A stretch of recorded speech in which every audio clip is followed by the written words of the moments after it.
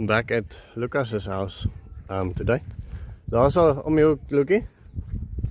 And so we decided to put the water tank on the back side. So Lucas will be gathering rocks today, so we can build a platform to put it on. Just net daar, net bietjie vorentoe. Let's put it, ja, there. Sit net neer. Sit net neer. Maak net oop. Okay, so we'll be building just a heap of rocks here today, but we also have another fight on our hands. When we started digging, okay, let me give you the history of this place. Lucas paid a lady money for the erf, basically, or for the structure, and then she was going to sign it over to him. I helped him with that money. Then Lucas told me something over the weekend, and then our worst fears came true.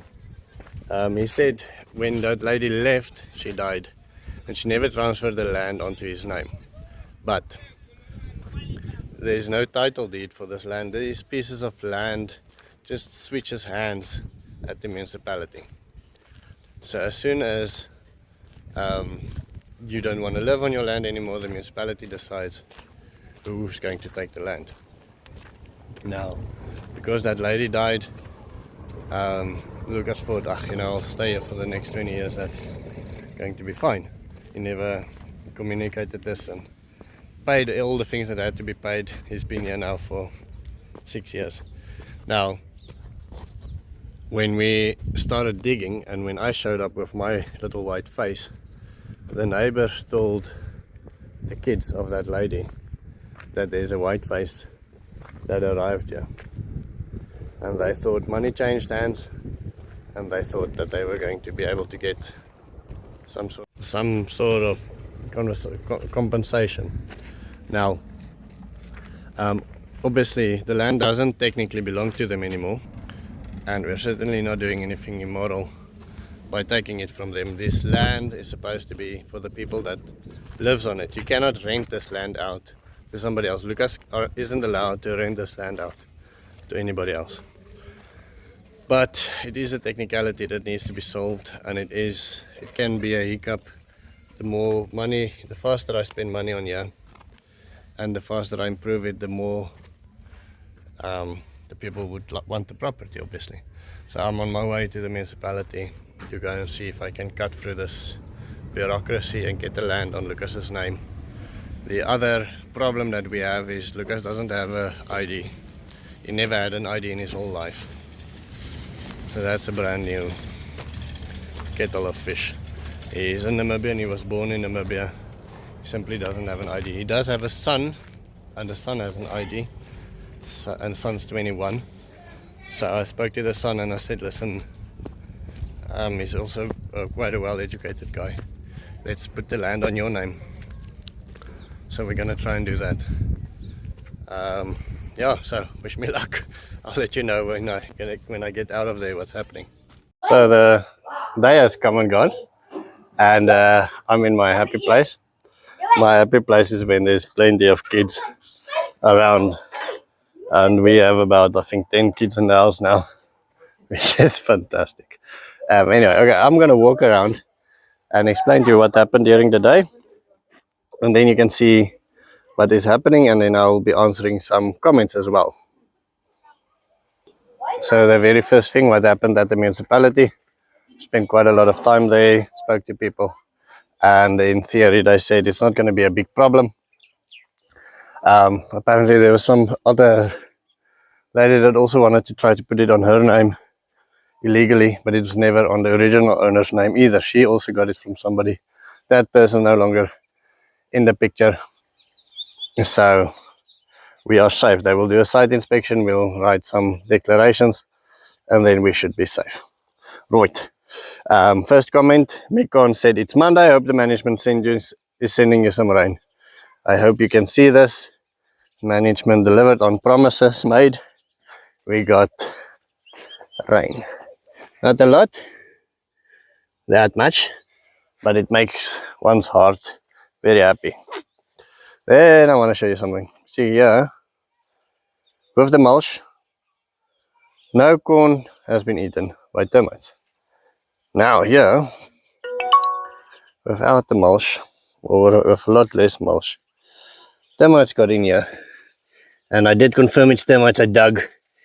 There's even one there and ate all of these corn stalks.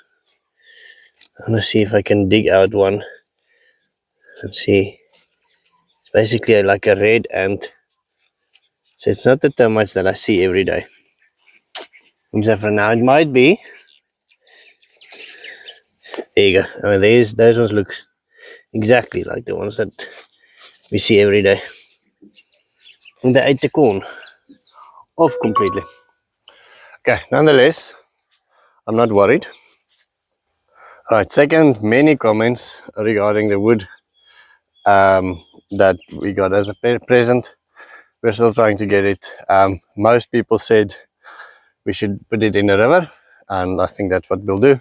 We'll put it in a river. However, because it's so heavy, there's only two places we'd be able to place it. Either at the rock structure or the beginning of the river, because that's close to the road. Okay, I'm also reading while I'm going. Potgieter says, lesson learned of the deep pits and steep walls. Nice discovery.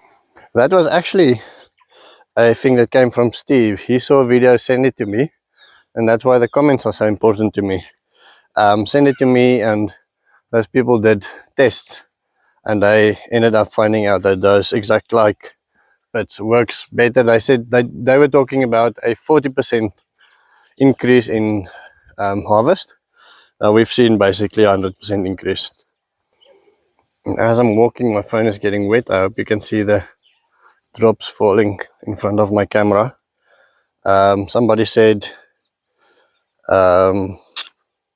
ventilation of modern humans constructed buildings are based on the termite vent system. And yes, it is true. So many of our modern inventions was learned and taken from nature, and our ventilation systems are getting improved by people learning how to do that with how to mimic the ventilation of termites. I know you see my swale isn't finished. We've been touching and going a little bit here and there and everywhere. Let me just go hide in a room or under a roof somewhere. I don't know if I can do it where the kids are, because it's just too loud in there. Okay, somebody said, do you have matabele ants and safari ants in your area? Because these are the big termite hunters in our area that help balancing them. Safari ants mostly live underground, so you only get to see them once in a while. Now, I truly cannot tell you whether we have them. I hope we have them, but I honestly just do not know. I am still too uneducated to identify them, but I will get there.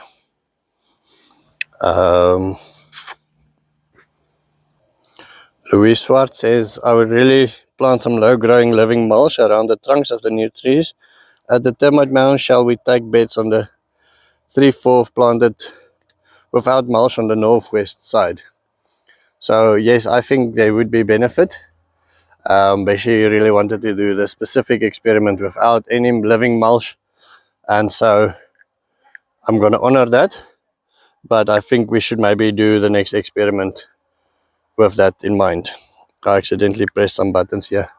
It is raining. I want to follow the birds. I'm trying to manage a phone and read statuses and film. Wow, listen to that.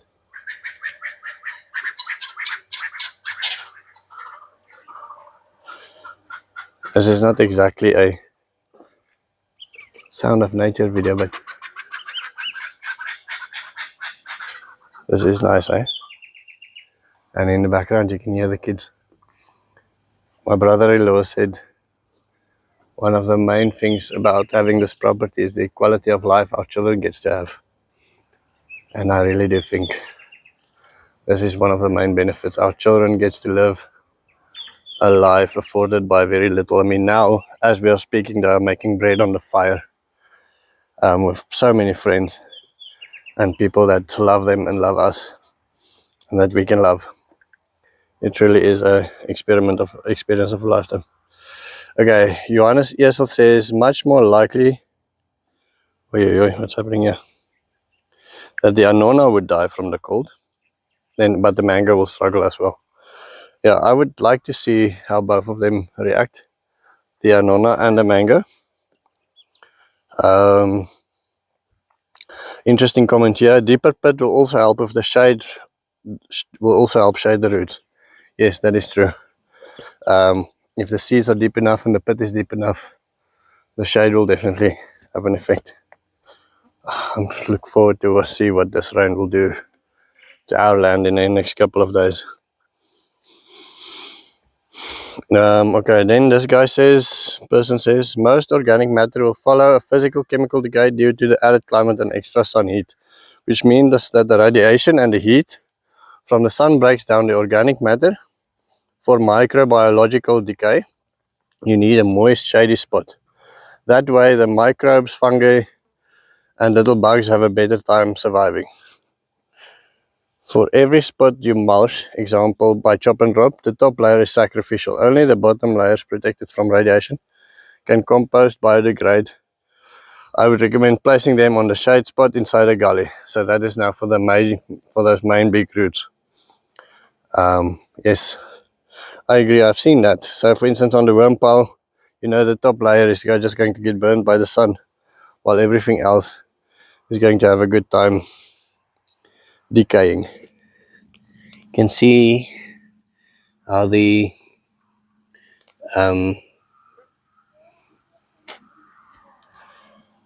Lucina struggle there with the drought, even in the river, even below this.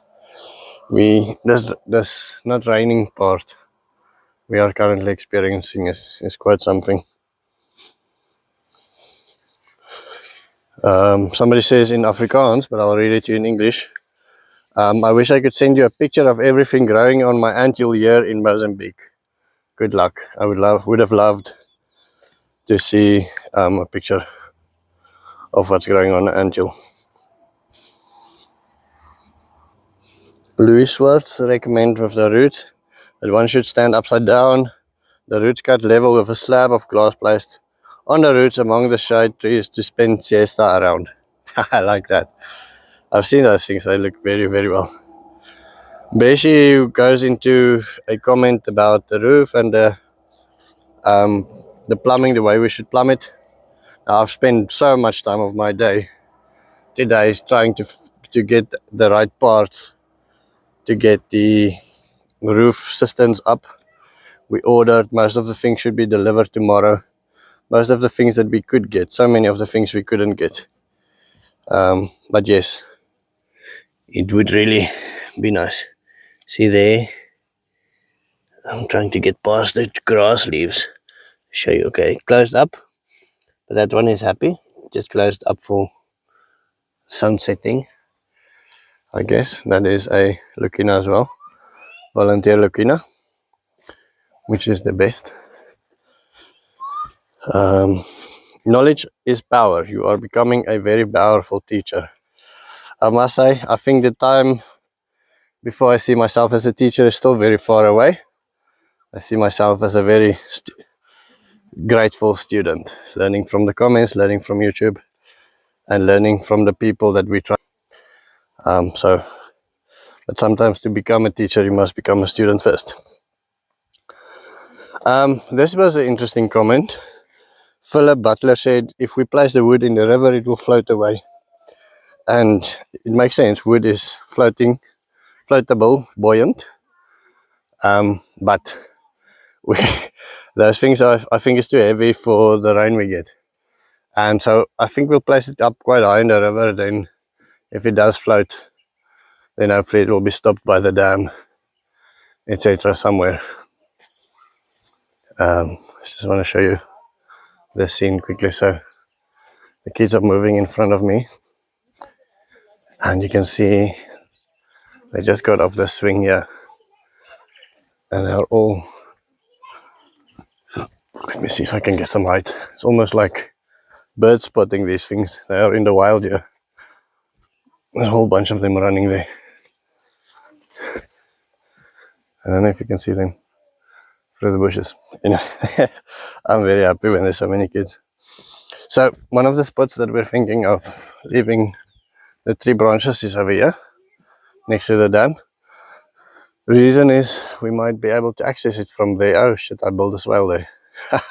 Okay, but we'll still be able to access this somehow. And then place them here. And did you guys enjoy the swim? Are you cold? Yeah. Ben, are you cold? Yes, I can see you're cold. Where's your towels? You didn't bring them. Naughty, naughty. Okay. Okay, so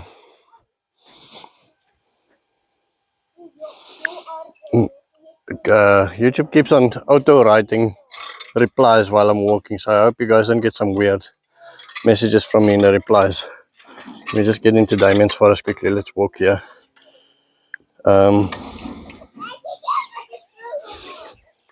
This is becoming just better each day. Thank you so much. This is now regarding the ducks and the worms and this, etc.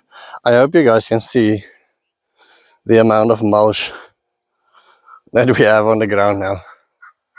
I think this helps, and then obviously the little yellow stakes, each one representing a tree, and some of them are even missing a spot or two. Okay, so detrivores, termites like to help, like fungus, help with clearing up sick and dead things and give back the benefits you have mentioned. Think about it from an evolutionary standpoint. Termites need lots of plants to grow so they can eat the dead bits. If they kill all the living plants, they starve to death. So plants learn to live with termites, and termites eat plants. Just like grazing animals feed the soil that feeds the plants they eat. It only becomes an issue if something artificially disrupts the balance, like fencing in grazing animals. Termites will only go for living plants in areas where all the mulch is cleared away, like every house in the Yard Township. No mulch, so termites will eat anything else they can.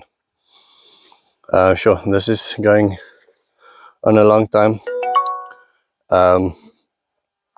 Yeah, very, very nice comment, but I just can't finish it again right now. Now, the comment that I want to make that will crucify me in the comments is, I am a creationist, a Christian creationist. I believe in creation, but the evolution model does give a lot of nice things that you can learn from. It gives you a lot of things fit in very nicely in the evolution model. I strongly believe. So evolution as a theory, I don't think is a complete waste. Although I do believe that the world was created in 7 days. So you can crucify me in the comments for that. Alright, so somebody said I should remember this name by saying my tongue is sorghum, and that worked. I remembered it now. I always forget. Sorghum is growing very well here in the friendly forest on the hills next to the African smiles. You can see African smiles are decomposing in there, and that looks like a mushroom, which is nice. However, this has been very dry, very, very dry. So okay, here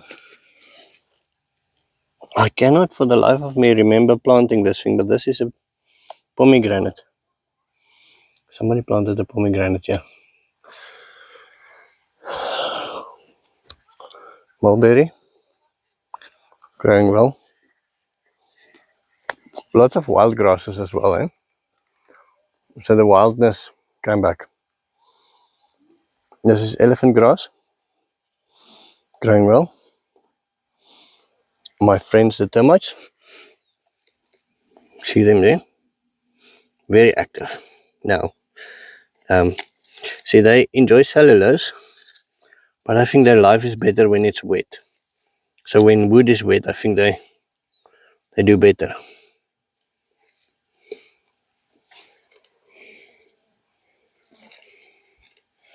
So this was a good feeding spot for them. This is all mulch. It was then eaten by the termites. But you can also understand where big farmers are coming from. Having a spot like this, set up in the beginning at least, is very complicated. It's very diverse and your outcomes are not certain. And when you have a loan to pay and profits to make and a family to look after, then you need to be certain of your outcomes. And so you clear the land, you poison all the termites, you put in your fertilizer, and you get what the experts tell you you're going to get out. Nothing more, nothing unexpected, nothing to learn. But it's understandable. I understand that if you have to feed a family and you have to do that by farming, you quickly learn to understand the heart of a farmer isn't always bad. They just want to feed their families as well and do nice things, go on nice holidays and put their children in nice schools. And when you're in Africa, you want to have private healthcare and you want a private school because the government schools and the government healthcare is crap. So I understand the heart of our farmers and I understand why they do what they do. This is moringa, completely eaten off the top here. Mulberry is doing well. The mulch, there's enough mulch. I think we're doing well with the mulch. The nice thing that's been coming up lately is these wild watermelons, cucumber thingies everywhere. That is a big benefit. I think we can also quickly look and see if we can find some earthworms. Now, those earthworms been placed there a week ago, I think. And so they should maybe, this is now our termite mount experiment. They should maybe have moved away already. Let's have a look. See what we can find here. It's interesting that it's dry on one spot. I wonder why. Okay, so the rain didn't infiltrate a lot. Yeah. Top is pretty dry. Here you go. Here is one of our friends. And they have definitely moved down to the wetness. This needs water again. This definitely needs water again. See ya. Yeah, it's very wet. So they will also always have a place to go where it's wet. Okay, that is one of our structures in the river. This is our ducks doing duck things. The ducks, probably the biggest lesson I've learned is this, no, that's not right. But one of the most surprising things I've recently learned was how gentle a duck is on a forest and how much they spend eating protein instead of spending time destroying plants. I'm very impressed with the amount of little bugs they look for, and they leave their little plants alone. So here, for instance, this is a whole bunch of plants that they could have eaten, but they're standing there on a bare spot. Let's go closer. I know they're not going to be happy with me now, but let's see what the area looked like where they were eating. You can see here, there's termite activity there. See those little lines? Yeah. All of that is termite activity. So, yeah, Muscovy ducks. Very, very beneficial.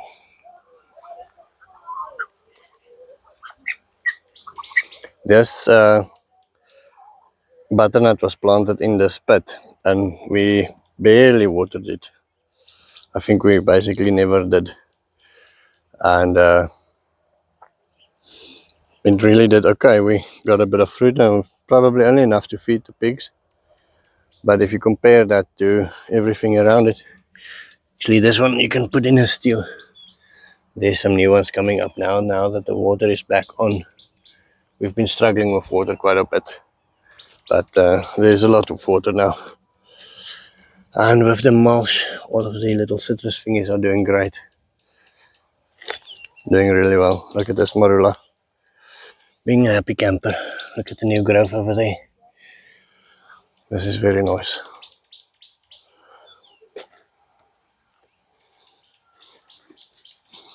Yeah, this is sort of one shot, one story video. So this tree, I googled and I decided it's got some sort of parasite or some sort of disease.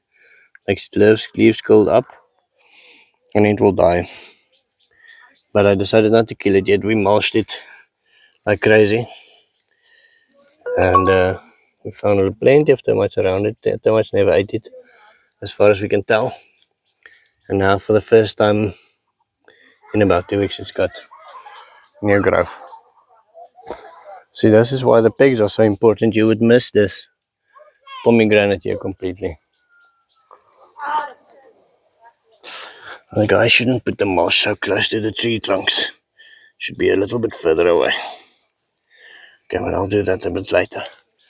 The mulch should just not touch the tree trunk completely. Should okay, somebody said I don't know whether I put my other phone or the other phone away now. Somebody asked about what I said and what I meant with the amount of urium in the water. Urium to us is a substance that comes from urine or fresh manure. And so our fear is that there's too much urium in it. So dilution, to dilute it completely, that is one of the solutions to that. Okay, so the smaller ones is gone. A little bit of older ones has now taken their place. This little pond dam thingy was probably one of my best investments. One, let's see a jump, ladies. I'm not gonna jump. Yeah, jump. One. No. Jump. 1, 2, 3, go. Woo! Willie, do you want to do it as well? Your glasses. What about your glasses? Your glasses. Okay. And okay, so this is the degraded horse camp area. I'm negotiating with my wife, and she's saying I've got plenty of space. As soon as the rest of the farm is ready, then we'll move back and fix the horse camp as well. See how wonderful this little Lucina is coming along. Okay, then I'm also not going to put it up on the screen, but people's been thinking that my brother-in-law doesn't care about his property or doesn't know about permaculture, and I just wanted to correct that assumption. So I had permaculture in my heart my whole life. I just had no name for it. The first time I got introduced to the word permaculture, let me just clean this camera, was I had to stay with them for a week or two. We gave up the house in South Africa, starting to move to Namibia, and everything was packed. There were some final things, and so I had to stay in their house for a week or two. And then they introduced me to Jeff Lawton, and I spent days binge watching Jeff Lawton videos. But they were obsessed with permaculture at that stage. They had chickens and they were roaming and they were improving the land, and etc, etc. However, they've also got 6 kids. So they came to Namibia, and he started working in a shopping complex. They moved here about a year after we did. Got a very good job. But when you have 6 kids to look after, then you save money and you don't spend money on building swales. So to them, it's not that they don't believe that permaculture will change their life. It's simply a matter of where is my money spent best. And they know water harvesting structures will pay in the long run, definitely. They know, I mean, they geek out on permaculture stuff. But starting to apply permaculture and do permaculture things is quite a story. I'm very grateful for the support and the coffees and the things people buy me, so I can employ all of these people to do all of these structures. And I'm grateful that I have a job where I can be flexible, that I can have time to look after these people, to do these things. They do run their own business now as well, so they're also flexible, but they just don't have the privileges that I have.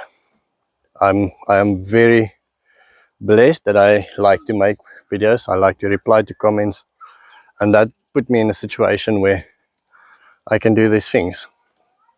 I like working with the local people. I like helping them.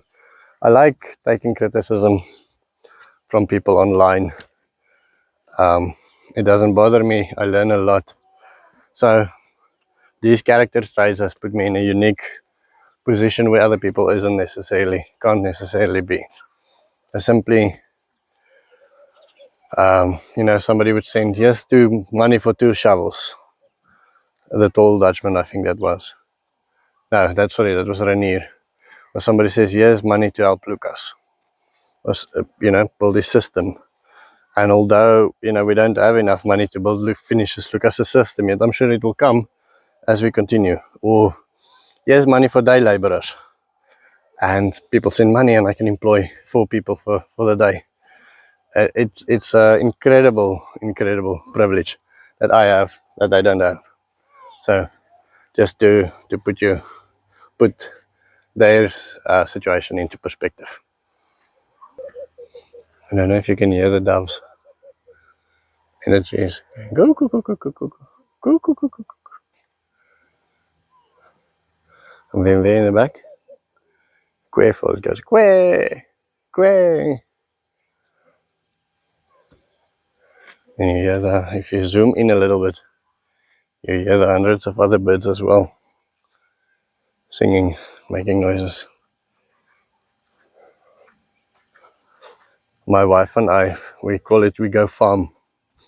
Ons gaan boer, we go farm. And then we walk around the plot and we discuss our days and we look at little things, listen to little noises. Blessings. Truly, truly blessed. I'll show you this spider web quickly.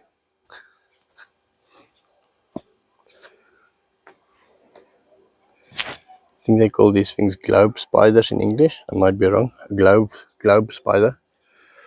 And this web is normally quite intensive. Something must have gotten through here. It's a mess now. But they make something.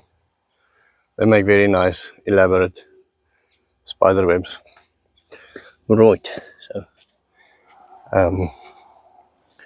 we started yesterday replanting the old pits, redigging them and replanting them. And then the cattle came in.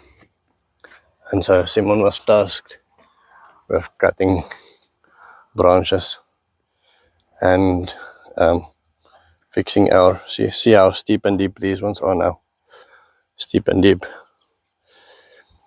Simon was tasked with cutting branches, or actually moving old branches further out, and we continued with that this morning as well. Simon didn't arrive for work today. No contact, no nothing. I don't know what happened there. Just for interest's sake.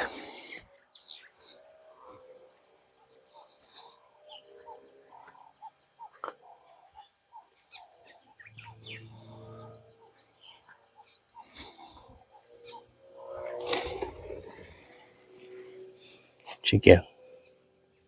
So that must be a mole or something. These must be some sort of termites or something. I'm not sure.